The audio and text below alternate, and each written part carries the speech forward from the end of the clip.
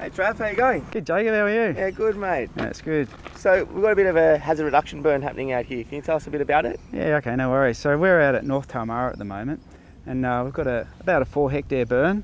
It extends from Bobbin Head Road into the bush there a little bit. So the idea is that if a fire comes up through the valley up through here, the fuel load here is reduced and it's going to lessen the impact on Bobbin Head Road and the residents up here.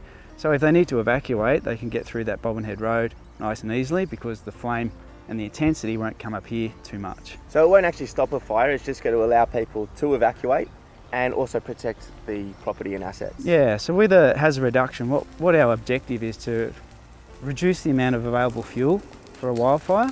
So by doing that, if a fire does come up through the valley, it'll hit this area and there'll be less fuel for it to burn, so the intensity of the fire will come right down, and that'll enable better suppression activities and enable a bit more time should people need to evacuate. And obviously to burn we need to have the weather on our side, and it's a pretty nice still day today. Yeah, it's a good day today. So weather is a huge part about burning. If we don't have the right prescription, then we can't go ahead. And it's all about fuel moisture levels. So in our litter and our fuel loads around down there, we've got to have an optimum around about 12 to 16% or even less, somewhere around that. And that means the fine fuels can burn and the heavier fuels won't burn. So all we're doing is taking away that fine fuel layer. So Mark, what is it that you're actually doing here? Actually, this is what's called a fuel moisture content meter, and I'm grinding up the brown leaves. You can see the leaf litter, and what we're measuring is the electrical conductivity in the leaves, the moisture content.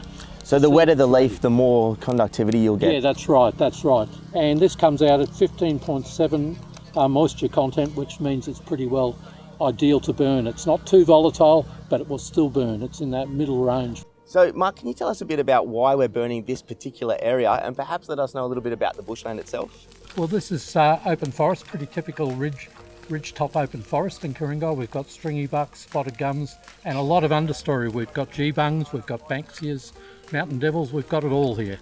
Now, there's something called fire regimes, and a piece of bushland likes fire, and it probably likes it in this type of country between 7 and 12 years. But this one's well overdue. It was last burnt in a hazard reduction in 2004. So what's that, 17 years, I think. So it's well overdue. You need a fire to promote seeding, open up the capsules on banksias, hakeas, geebungs, that type of thing. And also the added bonus, particularly for Ku-ring-gai, is asset protection.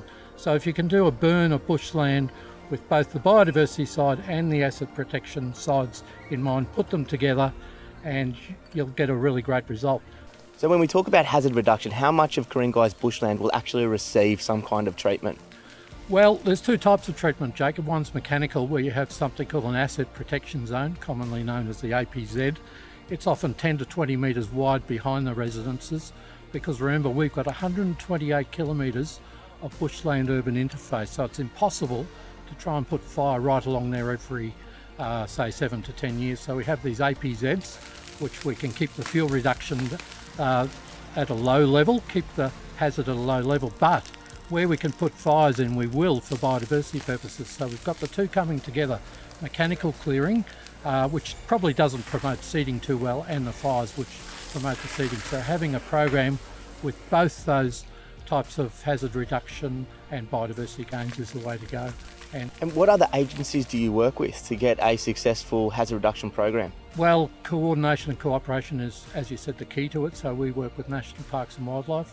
We work in a really big way with RFS and Fire and Rescue. Can you just tell me a little bit about what role the residents play as well? Because obviously council and the other agencies can only come part of the way, but it's only a small part of the overall puzzle. It's only a small part really. So residents can assist us in many ways by keeping the back of their yard fairly clear, make sure there's no continuity either horizontally or vertically in their fuels, which are the trees and shrubs, so they can keep their own yard relatively clear of sticks, sweep up leaves, certainly the gutters, keep leaves very clear of their gutters, and they can also contact council if they see any issues in our bushland, that's for sure. Behind the Blue Mountains, we're second in New South Wales in terms of our bushland urban interface. Our mission today is to reduce the fuel loads in a 4 hectare area just here between the oval and properties down the other side and Bobbin Head Road up on our west, and a control line, hand control line just on our eastern side there. Low intensity hazard reduction burn. Our lighting pattern needs to reflect a low intensity format, okay? So no long lines, lots of dots, that sort of stuff to try and keep that intensity quite low. Weather is looking really good for us today. It's really mild, it's got quite warm weather. The winds are quite light. There might be a chance it might come up this afternoon, and they are saying there might be the chance of a thunderstorm or something like that later on tonight, that sort of stuff. But at the moment, it's looking really, really promising. The Australian landscape has evolved with fire, and it's something that humans living in this area are going to have to come to terms with. Prepare a plan so that you know what to do in case of emergency. And if you need help, visit the Council's website and look for the Climate Wise Community section.